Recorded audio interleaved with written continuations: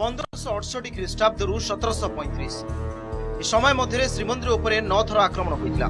32 वर्ष धरी श्रीजीऊ को भक्त मैंने श्रीक्षेत्रु अन्यत्र स्थानांतर कर गोपन रखिते। फल 32 वर्ष धरी रथयात्रा हो पारि नथिला। ख्रीष्टाब्द 1568 श्रीमंदिर उपरे कलापहाड़ आक्रमण कला।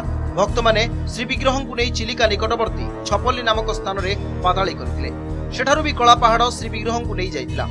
चतुर्धा मूर्ति श्रीक्षेत्र प्रत्यावर्तन करने पर 1568 रु 1577 पर्यंत 9 वर्ष धरी रथयात्रा हो पारि नथिला।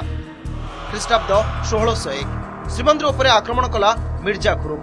श्रीविग्रह को कपिलेश्वरपुर शासन एवं परे भार्गवी नदीर दोबंधा पेंठरे 8 मास धरी रखागला। से वर्ष मध्य रथयात्रा हो पारलानी।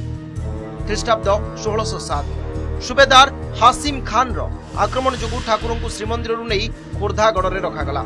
से वर्ष भी रथयात्रा हो पारि नथिला। ख्रीष्टाब्द 1611 एथर श्रीमंदिर आक्रमण कला कल्याण मल्ल। श्री विग्रह को चिलिकार चकानासी बा महिषानासी रखाजिबारु पुरी रे 1 वर्ष रथयात्रा हो पारि नथिला। ख्रीष्टाब्द 1617 कल्याण मल्ल पुणी थरे आक्रमण कला श्रीमंदिर। गुरुबाई गढ़ चतुर्था मूर्ति को रखाजिबारु सेही वर्ष रथयात्रा हो पारि नथिला। ख्रीष्टाब्द 1621 सुबेदार अहमद खान श्रीमंदिर आक्रमण करथिला। ठाकुर मानकु बाणपुर अंधारीगढ़ एवं परे केवल ब्रह्म को गड़माणित्री रखा जाइतिला।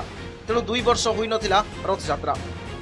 ख्रीष्टाब्द 1692 श्रीमंदिर उपरे आक्रमण कला सुबेदार एकराम खान। ठाकुर को प्रथमे विमला मंदिर पछपार्श्वे परे चिलिका कूलर गड़कोकल एवं तापरे बाणपुर बड़ हंतुआड़े रखा जाइतिला। 13 वर्ष धरी होई पारि नथिला रथयात्रा। ख्रीष्टाब्द 1731 श्रीमंदिर उपरे आक्रमण करथिला तकी खान। श्रीविग्रह मानकु प्रथमे चिलिकार कंकण शिखरी कूद एवं परे परे नईरी स्थित हरीश्वर मंडप खलिकोट चकाडिम्बिरी चिकिली रखा जाइथिबारु 1 वर्ष पई रथयात्रा होई पारि नथिला। ख्रीष्टाब्द 1733 द्वितीय थर पई श्रीमंदिर आक्रमण कला तकी खान।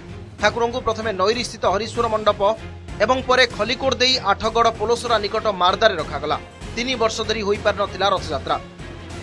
1568 ख्रीष्टाब्दरु 1735 मध्य 32 वर्ष धरी रथयात्रा होई नथिला। सबु समय को छाड़ी अन्य समय रे एपरिक नंग दुर्भिक्ष एवं कलेरा महामारी समय रे मध्य रथयात्रा होईछि।